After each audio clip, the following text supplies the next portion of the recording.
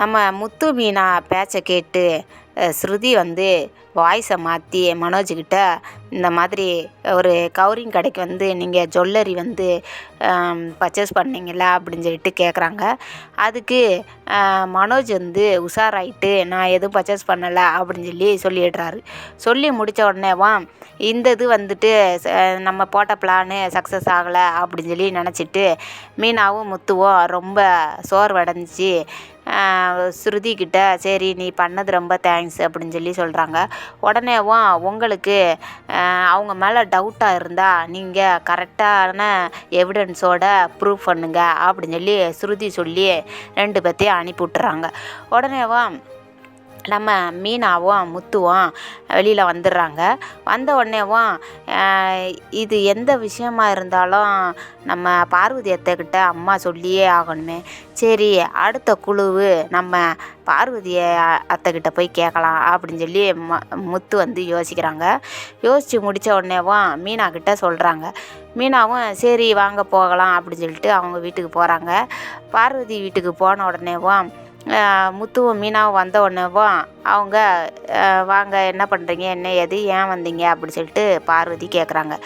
கேட்ட உடனேவும் இல்லை அத்தை, இந்த மாதிரி பாட்டியோட பிறந்த நாளைக்கு நிறையா கிஃப்ட்டு, அதாவது செயின் மாதிரி ஏதாவது செய்யலான்னு பார்த்தேன்.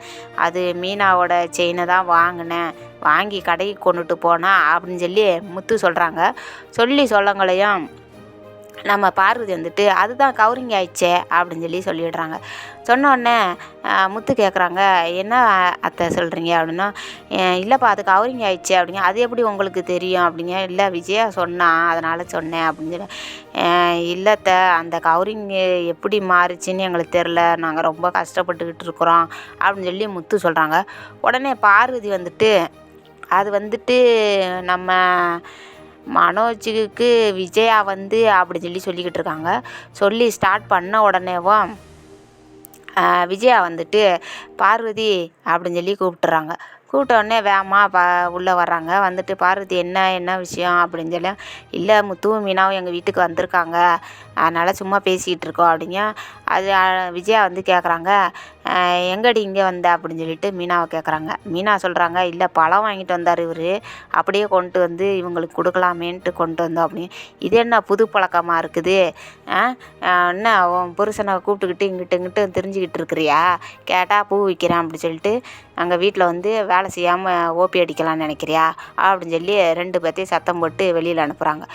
அதுக்கு முத்து சொல்கிறாங்க, இருங்க சில விஷயம்லாம் தெரிய வரும்போது இருக்குது உங்களுக்கு பார்க்குறேன் நான் அப்படின்னு சொல்லிட்டு விஜயாவை பார்த்து முறைச்சி பார்த்துட்டு முத்து வெளியில் ஏறுறாங்க. வெளியேறி நிற்கும் போல் நம்ம மீனா வந்து சொல்கிறாங்க, என்ன இது எப்படி பேசினாலுமே யாருமே எதுவும் சொல்ல மாட்டேங்கிறாங்களே, நம்மளுக்கு வந்து எவிடன்ஸ் வேணும் அப்படின்னு சொல்லிட்டு மீனா வந்து சொல்லிக்கிட்டே இருக்கிறாங்க. ஆதாரம் இருந்தால் தான் ப்ரூஃப் பண்ண முடியும் அப்படின்னு சொல்கிறாங்க. உடனே முத்துவுக்கு ஃபோன் வருது. ஃபோன் வந்த உடனே கட் பண்ணி விட்றாங்க. அதுக்கு மீனா சொல்கிறாங்க, யார் அப்படிங்க. இல்லை செல்வம் தான் பேசுகிறாப்புல அப்படிங்க. சரி பேசுங்க அப்படின்னு சொல்லி பேசிடுறாங்க. பேசின உடனே செல்வம் சொல்கிறாங்க, ஒரு ஃப்ரிட்ஜு வாங்கினோம் வாடா அப்படின்னு கூப்பிடுறாங்க. சரி வரேன் அப்புறம் பார்க்கலாம் அப்படி சொல்லிட்டு கட் பண்ணி விட்டுறாங்க.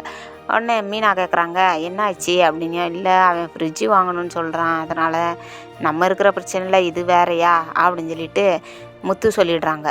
உடனே வந்து மீனா வந்து இல்லை நம்மளுக்கு பிரச்சனை இருக்க தான் செய்யும், உங்களை ஒரு நம்பிக்கையாக ஒரு இது நீங்கள் நல்லா பார்த்து கொடுப்பீங்கன்னு சொல்லிட்டு தானே அவங்க கூப்பிடுறாங்க, கொண்டாங்க ஃபோன் அப்படின்னு சொல்லிட்டு மீனா வந்து ஃபோன் போட்டு செல்வத்துக்கிட்டே பேசுகிறாங்க.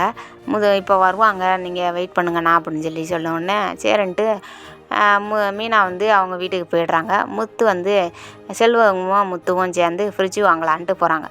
போய்கிட்டு இருக்கேன் போலையாவா நம்ம மனோஜ் பார்க்குறாங்க.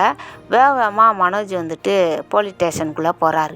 போனவுடனே இவன் ஏன் இங்கே போகிறான், வாடா போகலாம் உள்ளுக்க அப்படின்னு சொல்லிட்டு முத்துவும் செல்வமும் போலீஸ் ஸ்டேஷனுக்குள்ளே போகிறாங்க. அங்கே போய் பார்த்தா நம்ம மனோஜ் வந்துட்டு போலீஸ்காரங்கக்கிட்ட பேசிகிட்டு இருக்கான். என்னது பேசுகிறான்னு தெரியலையே அப்படின்னு சொல்லிட்டு பக்கத்தில் போய் பார்க்கலான்ட்டு 2 பேரும் போகிறாங்க. போய்கிட்டு இருக்கோம் போலேயேவா ஃபோன் எடுத்து வீடியோ கனெக்டாக எடு அப்படின்னு சொல்கிறாங்க. சரின்னு சொல்லிட்டு நம்ம முத்து வந்து வீடியோவாக எடுக்கிறாங்க. அதில் மனோஜ் வந்துட்டு நான் 5 ஏசி கொடுத்தேன், 5 இது டிவி கொடுத்தேன், ஃப்ரிட்ஜு கொடுத்தேன் அப்படி சொல்லிட்டு இருக்கிற லிஸ்டெல்லாம் கொடுக்குறாரு. கொடுத்தவொன்னே எவ்வளோ கிடச்சிது அப்படின்னு கேட்குறாங்க. 3 லட்ச ரூபா அப்படின்னு சொல்கிறாங்க.